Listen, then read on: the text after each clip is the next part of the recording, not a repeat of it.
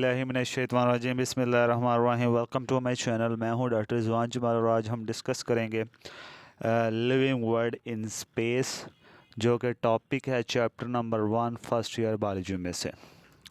Living word in space से मुराद ये है कि दुनिया के मुख्तलिफ जो हिस्से हैं, जो मुख्तलिफ कॉन्टिनेंट हैं, बर आज़म हैं, उनके अंदर मुख्तलिफ किस्म के जानदार पाए जाते हैं। तो लिविंग वर्ल्ड यानी कि दुनिया का वो हिस्सा जिसमें जानदार पाए जाते हैं, उसको हम कहते हैं living world in space. Living world of today is enormous in size. आज की जो दुनिया जहाँ ज़िंदगी पाई जाती है वो बहुत ही बड़े साइज़ की है। It has been reproducing and evolving since the time of its origin on this planet. जब इस सियारे के ऊपर ज़िंदगी स्टार्ट हुई थी, उस वक़्त से लेके ये आप कह सकते हैं वक़्त के साथ साथ बढ़ती जा रही है। अपने जैसे नए जानदार कह लेंगे पैदा हो करते जा रहे हैं और इवॉल्विंग, और इसमें वक्त के साथ साथ कुछ तब्दीलियां भी आती जा रही हैं। Today almost all parts of the world abounds in living organism. आज दुनिया के तकरीबन हर हिस्से में ज़िंदगी पाई जाती है, ज़िंदा जानदार रहते हैं। The distribution of organism in space can be study through biomes.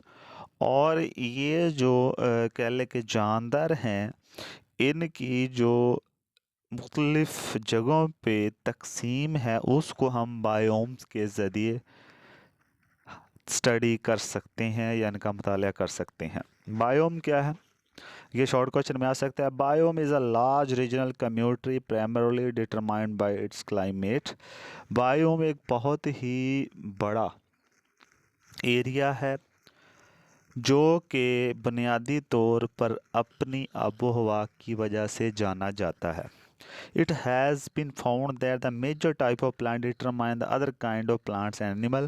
और ये माना जाता है कि जो बड़े दरख्त होते हैं वो दूसरे किस्म के दरख्त और एनिमल्स के बारे में बताते हैं या उनके बारे में जानते हैं कि कौन से जो एनिमल है या प्लांट उस इलाके में पाए जाएंगे। मतलब मेजर जो प्लांट होंगे जिस इलाके में, वही प्लांट डिसाइड करेंगे वहाँ के छोटे प्लांट कैसे होंगे या वहाँ पे एनिमल कैसे पाए जाएंगे। These biomes have therefore been named after the type of major plant or major feature of the ecosystem। इसी वजह से ये जो बायोम है ये इकोसिस्टम के अंदर कुछ बड़े जो पौधे हैं या उनके अंदर जो खसूसियात, उनकी वजह से ही इन बायोम्स के नाम रखे गए हैं।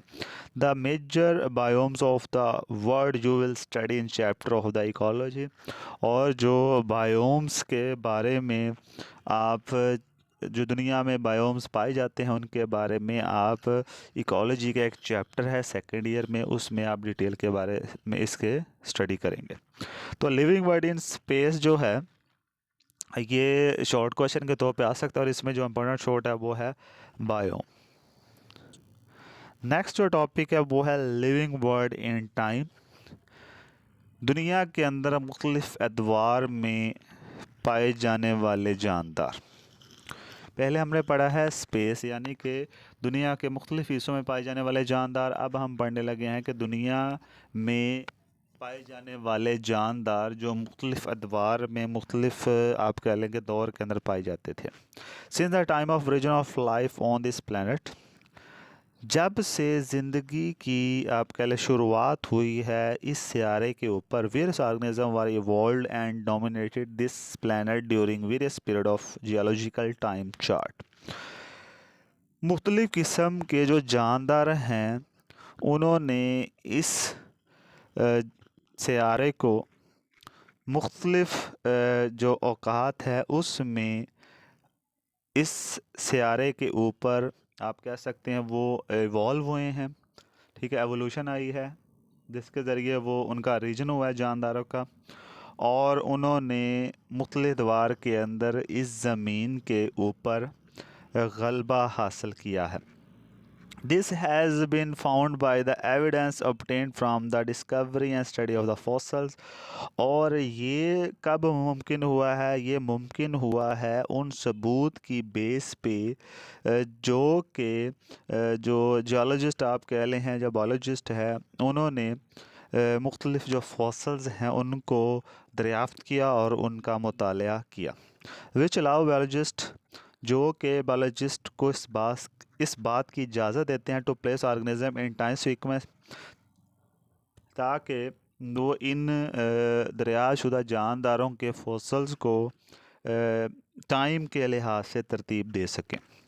As geological time passes and new layers of sediment are laid down, जैसे जैसे जियोलॉजिकल टाइम गुज़र रहा है वैसे वैसे एक नई सेडिमेंट यानी पेंदे में बैठने वाली जो लेयर्स है वो आती है, वो नीचे चली जाती है।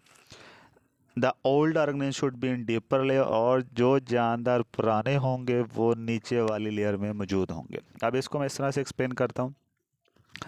ज़ाहिर बात है जिसकी आज जो डेथ हुई है तो उसको हम ज़मीन के अंदर दफनाते हैं, तो जिसकी कल डेथ हुई होगी इस तरह से हम कह सकते हैं वो थोड़ा सा ऊपर होगा। जितना कोई ज़्यादा पुराना होता जाएगा उतना वो ज़मीन के अंदर ज़्यादा डीपर लेयर में आप कह लेंगे जाता जाएगा। जिस तरह से मैं आपको एग्जांपल और देता हूँ कि अगर हम कोई भी चीज़ है उसको हम एक जगह पे फेंक देते हैं, आप देखेंगे कि 2 या 4 दिन के बाद उस चीज़ के ऊपर थोड़ी थोड़ी मिट्टी की लेयर आ जाएगी। अगर हम कुछ और 2 माह 3 माह गुजरने दें तो 2 या 3 माह के बाद वो चीज़ जो है उसके ऊपर मज़ीद मिट्टी की लेयर आ जाएगी, और एक वक्त आएगा 6 माह साल के बाद वो उसके ऊपर इतनी मिट्टी आ जाएगी कि वो नज़र ही नहीं आएगी। इसका मतलब क्या हुआ कि जैसे जैसे वक्त के गुज़रता जाएगा वैसे वैसे वो ज़मीन में धंसती जाएगी, उसके ऊपर लेयर्स मिट्टी की आती जाएंगी। तो अब आप ख़ुद अंदाज़ा लगाएं कि जो जानदार आज से हज़ारों साल पहले मरे थे तो ज़ाहिर बात उनकी बॉडी ज़मीन के ऊपर पड़ी होगी, लेकिन मौसम के चेंजेस होने के साथ साथ उनके ऊपर मिट्टी की लेयर आती गई और वो आस्ता आस्ता वो ज़मीन में दबते गए।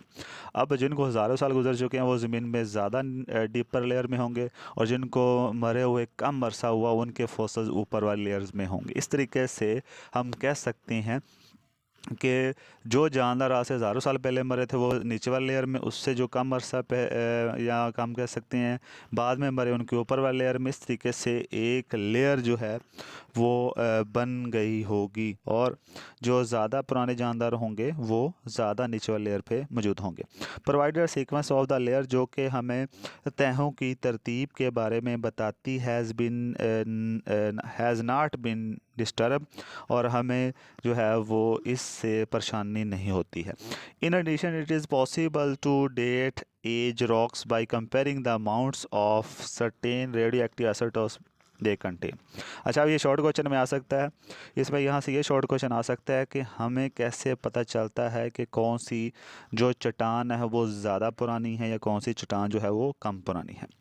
इन एडिशन इट इज़ पॉसिबल, इसके साथ साथ ये मुमकिन है टू डेट एज रॉक्स, कि हम उस चट्टान की उम्र और दिन बता सकते हैं bye comparing the amounts of certain radio active isotope, हम उनमें पाए जाने वाले कुछ जो रेडियो एक्टिव आइसोटॉप्स हैं उनको आपस में कंपेयर करके। कैसे?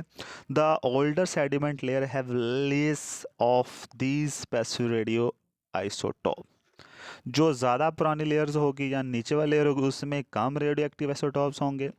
देन द यंगर लेयर, जो ऊपर वाला लेयर है उसमें कम होंगे। उसकी वजह यह है कि हर चीज़ की, हर एलिमेंट की एक हाफ़ लाइफ होती है। जो ज़ाहिर बात है जो ज़्यादा डीपर लेयर में होगा वो काफ़ी अपनी हाफ़ लाइफ गुजार चुका होगा, डिस्ट्रॉय हो चुका है, इसलिए उसकी कम मिकदार होगी। जो ऊपर वाले लेयर्स होगी उसमें एलिमेंट अभी नए नहीं होंगे, उनकी हाफ़ लाइफ अभी इतनी ज़्यादा पास नहीं हुई होगी, इस वजह से वो कम डिस्ट्रॉय होंगे। इस वजह से हम कह सकते हैं नीचे वाले लेयर्स में radio active elements radio active isotope आप कह लेंगे कम होंगे, ऊपर वाली लेयर में क्या होंगे, ज़्यादा होंगे। A comparison of these layers gives an indication of the relative age of the fossil found in the rocks. और इन रेडियो एक्टिव आइसोटोप का जो मुआवजना है हमें बताता है जो कि रॉक्स के अंदर पाए जाते हैं कि किस जो चट्टान है उसकी उम्र क्या है। Therefore, the fossils found in same layer must have been alive during the same geological period. इसका मतलब ये हुआ या ताहम जो वो फॉसल्स, वो बाकियात जो कि एक ही लेयर्स में हमें मिलते हैं, इसका मतलब ये है कि वो एक ही वक्त में दुनिया के ऊपर ज़िंदा रहते होंगे। You have an idea about the temporal distribution of various form of life both plants animal in various geological period. आप अगर नीचे वाला जो है ये ग्राफ सा बनाया गया है, चार्ट सा, उसको आपको उससे अंदाज़ा हो जाएगा कि दुनिया में जो जानदार हैं वो पहले कौन से थे और किस दौर के अंदर कौन से जानदार जो डोमिनेंट थे। अगर आप बिल्कुल इसमें नीचे की तरफ जाएं तो सबसे नीचे लिखा हुआ है अबाउट 3000 मिलियन ईयर अगो, 3000 कह लें मिलियन साल पहले फर्स्ट लिविंग ऑर्गेनिज्म जो है वो बना था। उसके बाद आप देख सकते हैं लेफ़्ट साइड पे तो इसमें प्रोटीरोजोइक इरा है, इसके साथ है इसके ऊपर चले जाएं तो पेलियोजोइक इरा है, उसके बाद मेसोजोइक इरा है, उसके बाद है सीनोजोइक इरा है। अब इस इरा को भी मज़ीद आगे कह लेंगे पीरियड्स में डिवाइड किया गया है। तो आप देख सकते हैं जो प्रोटोजोइक टीरोजोइक इरा है वो 2000 मिलियन साल पहले की बात है। इसके साथ इसमें मज़ीद पीरियड आ जाते हैं, कैम्ब्रियन पीरियड आता है, ऑर्डोवियसियन पीरियड आता है, सिलेरियन पीरियड आता है, डिवोनियन पीरियड आता है। ठीक है, इस तरीके से डिफरेंट पीरियड्स हैं जिसके अंदर डिफरेंट जो ऑर्गेनिज्म पाए जाते थे। अब जहाँ जहाँ पे ये ग्राफ की जो आप कह लें कि मोटाई बढ़ जाती है, जिस तरह वाइट वाइट सा ये जो कॉलम से आप देख सकते हैं ये बने हुए हैं, जहाँ मोटाई ज़्यादा है इसका मतलब है उस एरिया में वो जानवर ज़्यादा पाए जाते थे। जिस तरह से अगर मैं बिल्कुल राइट साइड में चले जाएँ तो यहाँ पे आप देख सकते हैं मैमल्स हैं। ठीक है, ये मैमल्स, अब मैमल्स जहाँ पे मोटाई ज़्यादा है मैमल्स की, इसका मतलब है उस दौर में वो डोमिनेंट थे। अब साथ देख लें बर्ड्स भी इसी दौर में डोमिनेंट हैं, लेकिन रेप्टाइल इस दौर में डोमिनेंट नहीं हैं।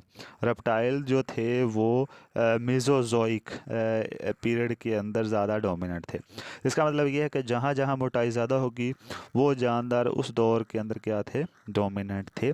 तो मैं उम्मीद करता हूँ आज का टॉपिक आपको समझ आ गया होगा। इंशाल्लाह नेक्स्ट वीडियो में फिर एक नए टॉपिक के साथ हाजिर होंगे। तो नेक्स्ट वीडियो तक के लिए मुझे इजाज़त दीजिए। अल्लाह हाफिज़।